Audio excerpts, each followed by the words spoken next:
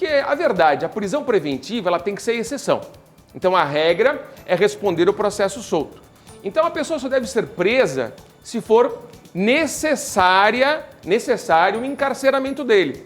Então nós temos que ir ao antecedente da norma. Ou seja, a norma foi escrita no sentido de não propiciar uma prisão, como regra, de mais de 90 dias. Ou seja, era necessária a prorrogação dessa preventiva? Era, mas não foi. Então nós temos que ir ao antecedente. Era necessária? Só porque escoou os 90 dias ele deve ser solto? A minha opinião é a seguinte: existe aqui o Instituto da Informação em Habeas Corpus. Qual é esse instituto? Que o juiz, que o desembargador ou ministro, assim que recebe o habeas corpus, deve notificar o juiz e verificar o porquê que ele não prorrogou a prisão. E não simplesmente, automaticamente, colocá-lo em liberdade. Para ele fazer um juízo de valoração se há necessidade dessa prisão ou não. Porque às vezes pode dar numa situação como essa. Então é prudente, na minha opinião, respeitando a decisão do ministro Marco Aurélio, que o Supremo Tribunal Federal notificasse o juiz de primeiro grau e verificasse por que você não prorrogou.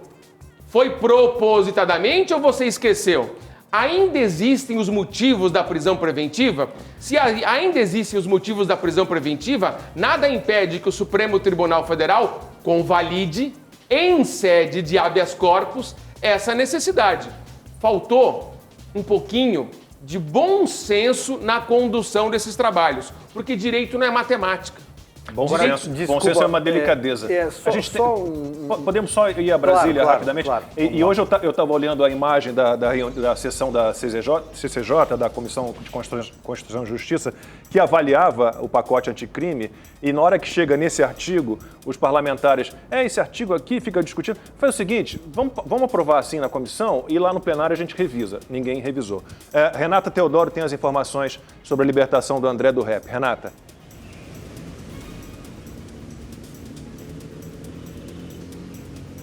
Oi, Lacombe, bom dia para você, para todos aí da mesa e para quem está acompanhando a gente. Pois é, Lacombe, André do Rep estava preso desde setembro de 2019 e foi solto na manhã de sábado após uma decisão do ministro Marco Aurélio aqui do STF. Ele tem 43 anos e é apontado como um dos chefes do primeiro comando da capital, o PCC. E aí Marco Aurélio se baseou em um artigo do pacote anticrime, como vocês estavam comentando aí no estúdio, e entendeu que o traficante estava preso por tempo maior do que o legalmente permitido. Mas aí em seguida o ministro Luiz Fux, que é o presidente aqui do Supremo, ele revogou essa decisão para que André do Rep voltasse à prisão. Fux disse que a soltura de André do Rep poderia causar grave lesão à ordem e à segurança por se tratar de um criminoso de alta periculosidade. Por tráfico internacional de drogas. Agora o ministro Luiz Fux, ele vai levar esse caso para ser julgado aqui pelo plenário. O julgamento deve acontecer amanhã. E lembrando que agora a polícia está em busca do traficante. É com você, Lacombe. Obrigado, Renata, pelas suas informações. Silvio Grimaldo. Não. Silvio Grimaldo será o nosso Silvio Navarro. Ele vem já já. Ele vem já já. Dois Silvios no mesmo programa vai dar confusão. Vai dar confusão. Não vai não. Metade do Supremo Tribunal Federal acha que é Deus, a outra metade tem certeza, né, Lacombe? Agora, tem um ponto aqui que eu queria colocar, e a minha pergunta é para você, professor, dentro daquela construção que você estava colocando agora há pouco, são 79 decisões, não é uma. São 79 casos. Né? Então, acho que a partir do momento que o ministro... Que o Marco Aurélio julgou e liberou sem provocar o juiz de primeira instância. Queria ouvi-lo.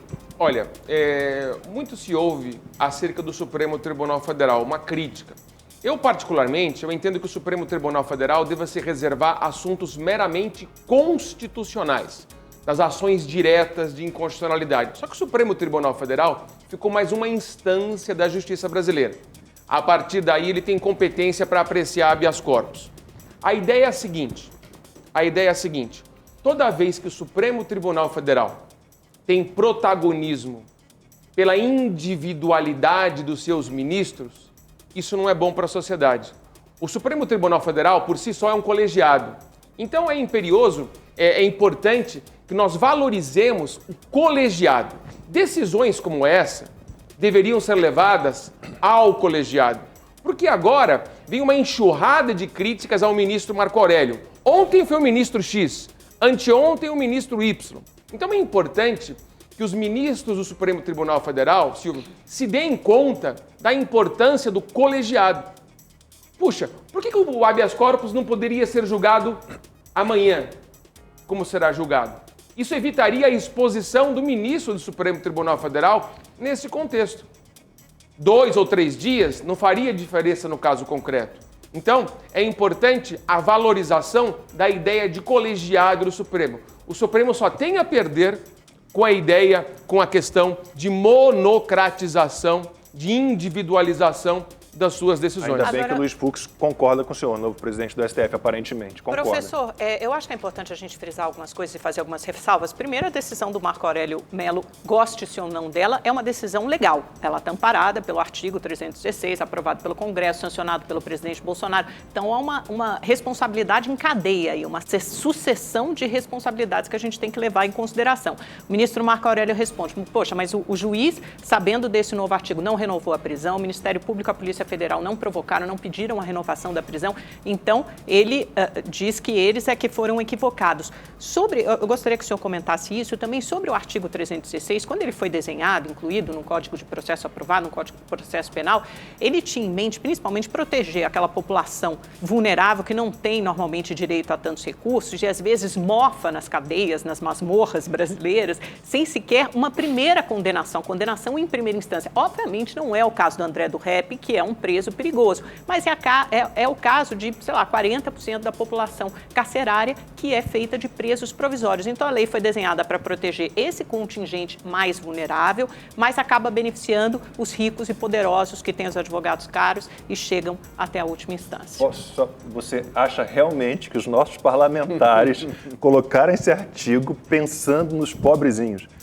Eu vou discordar. O presidente Bolsonaro tinha a prerrogativa de vetar, não vetou. Foi avisado pelo então ministro Sérgio Moro que ele deveria vetar esse artigo, também não vetou. Né? Então eu acho que assim... Não tem como a gente acreditar que os nossos parlamentares realmente pensaram. Eu tenho certeza absoluta que nem você acredita nisso. Não é questão... Não é possível. Nem você acredita nisso. É a questão de um fato. Isso poderia ter vetado, não foi vetado. Foi aprovado pela maior parte do Congresso, é uma lei. Eu só estou querendo dizer que o Marco Aurélio não é uma decisão ilegal, é uma decisão legal, está amparada pela lei. Não, acho que não deve, certamente não foi a melhor decisão pelas suas consequências nefastas, que é a soltura, obviamente, de um líder do PCC, que é um absurdo. Eu tenho certeza que os parlamentares pensaram neles, naqueles todos que estão implicados em casos de corrupção. Eu não sei no que eles pensaram, Lacombe, mas que é fato que existe um grande contingente da população carcerária que é de presos provisórios, que nem sequer foi condenado na primeira instância, o que o professor Clever havia falado aqui, né? Quer dizer, a prisão preventiva não pode ser prorrogada indefinidamente, ela tem que ser reavaliada. Eu queria a sua opinião, professor. Você usou uma frase muito feliz, Amanda, que é um problema em cadeia, eu anotei aqui. Eu digo que faltou bom senso em cadeia. Bom senso do legislador no sentido de editar uma norma que fosse mais abrangente, mais avaliada. Então, na hora de se realizar a adição desse artigo 316, no que diz respeito aos 90 dias, deveria o legislador não só avaliar a questão matemática 90 dias, mas a razão se é necessária a medida. Vamos ver o que o Silvio falou. Nós tivemos dezenas de decisões... 79 para 79. E por que só agora, na 80ª decisão, é que nós estamos discutindo? Porque foi um traficante internacional de drogas. Que já está foragido. Nas outras vezes, ninguém falou nada. Agora eu vou cutucar a imprensa. Também não falou nada. Só agora. Por quê? Porque o caso é excepcional. Exato. Porque o caso é excepcional. Então, essa excepcional... Caso excepcional, professor. Estamos falando do líder do PCC. Então, excepcional de gravidade. Excepcional de gravidade. Sim. É uma exceção de gravidade, uma coisa que escandaliza. Então, essa ideia escandalizadora de colocar um líder do PCC fora da cadeia é escandalizadora. Esse caso excepcional é um caso que precisa ser avaliado com cuidado. Exato. E não digamos assim, pela capa do processo, mas sim pelo seu conteúdo. E o conteúdo nós temos um traficante, nós temos uma pessoa perigosa que não pode ser colocada em liberdade, ainda que haja a superação desses 60 dias. Mas aí a impetração do habeas corpus serve para quê? Para avaliar, para o Poder Judiciário avaliar se é o caso de fazer uma correção de rumo na decisão daquele juiz de primeiro grau. Porque está se falando em justiça. E a justiça não é só a do primeiro grau, é a do grau supremo também. Ou seja, é poder, dever do Supremo Tribunal Federal zelar pela proteção da sociedade. E não deveria, por uma canetada, sem ouvir o juiz de primeiro grau, soltar uma pessoa perigosa.